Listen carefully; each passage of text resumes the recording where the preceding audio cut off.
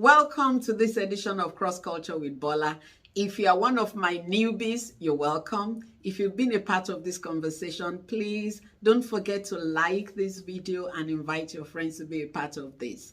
I have a question today. When do you have family conversations? Do you just have them whenever anybody brings an issue, or you just talk on the go? I was having a conversation with someone today, and we're talking about what happens, especially in American families, around the dinner table. The dinner table is a time typically when parents, have conversations with their children, couples talk. It's basically not just about eating. It's also about checking in with each other, finding out what's going on, asking kids how their day was, daddy, everybody just comes to the table, chit-chatting while they're eating. And that is totally different from how I was brought up. We didn't have the dinner table like they have it here, but also I was brought up that it was bad manners to talk while you're eating. Eating is serious business, and you don't have food in the mouth and you're like, yeah, like I was saying, I'm black. No. That was a slappable offense when I was growing up. We didn't do that. You were quiet when you ate, and after eating, of course, you said thank you to your parents or whatever it is, do your dishes and everybody go. But it's different here. And I think that it's a culture that is worth cultivating. It's a culture that those who were brought up like I was can look at and think, well, maybe there's something good about this practice. Remember, we are all over the place. The kids coming back from school, daddy's going to work, mommy's doing this, and there's so much going on around us that very many times we don't have time for those conversations. Very many times it's just about, we behave like passing ships, and things, drop off because we don't have these conversations. And sometimes somebody forgets to pass a message across, or somebody just drops the ball because we did not, or we have not created time to have the conversations that we need to have. So I want to challenge us today to think about making dinner time that period when we have the conversations that we need to have. A lot of the times, parents don't know what's going on in the life of their kids, especially African parents. We are like, oh, you didn't tell me that. I didn't know that. How did I miss that? What happened with this? I think a way to kind of address this kind of scenario is to plan dinner around the time when we have conversations.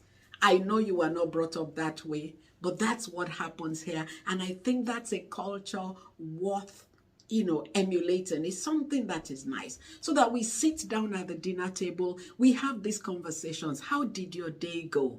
What happened? What happened in school today? Are you okay? And then we can pay attention to our children.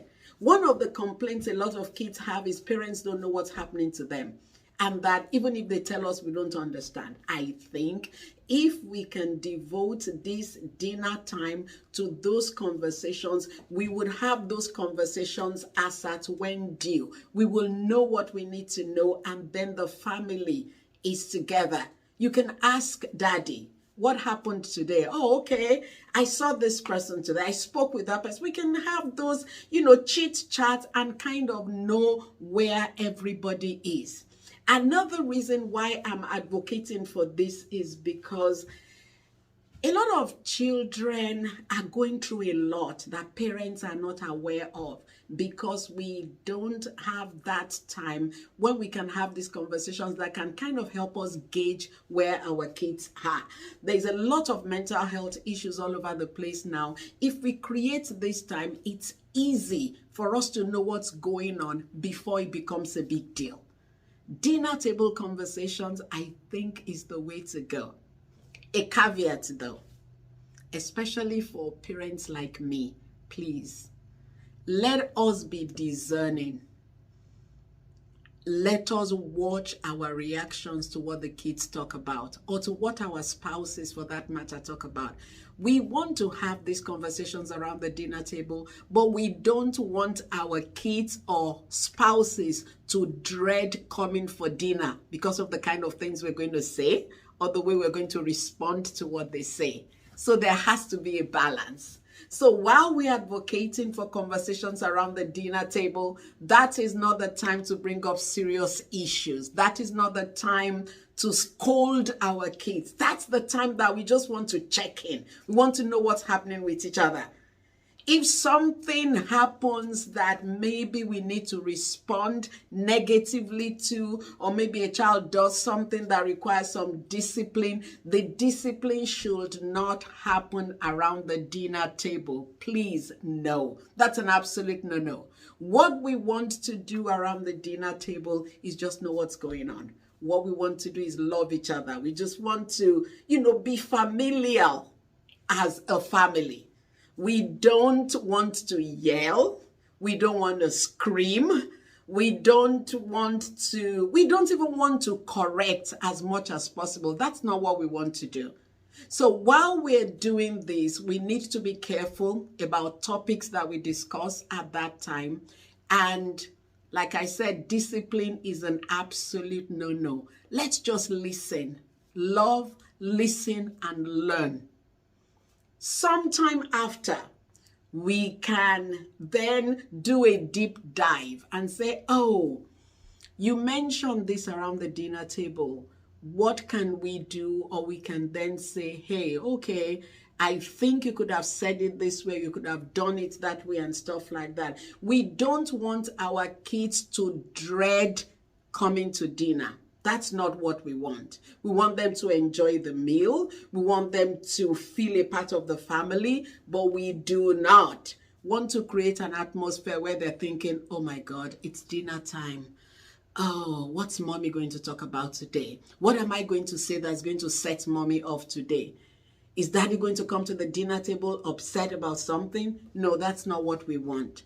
So I want us to explore the possibility of making the dinner table a place of reconnection for the family, a place where we have conversations that we need to have so that we don't have all those issues of someone forgot something and stuff like that. And we can plan the next day at the dinner table. What are you doing tomorrow? Oh, okay. When are you coming back tomorrow? Who is going to pick the kids tomorrow? Oh, you have that test tomorrow. How did the one you did yesterday go? Oh, okay. Do you want me to call your teacher? Do I need to pick you up at the game? Those kind of things are the things that we want to center around that table.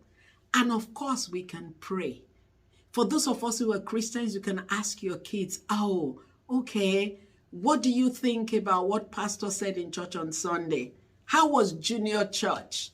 What did you guys learn? What stuck out in those kind of things? So this is just me challenging us to inculcate the habit of having dinner together as a family, first of all. I know that for some people, this may not work as an everyday thing, but as much as possible, as often as we can make the time, let's try and have dinner together as a family so that we can reconnect, so that we can, pick up the little pieces and get back together as a family and make it as fun as possible. You don't have to all eat the same thing, but you can sit at table together as a family just to, do what families do. Try it. Let me see how it goes. Maybe for some of us, for once in our lives, we're going to be eating and talking at the same time. Oh my God, my mother is going to be turning in her grave hearing me say that. But I think it will work. It's a different time. It's a different season. Let me know how it goes and have a good week. See you next week.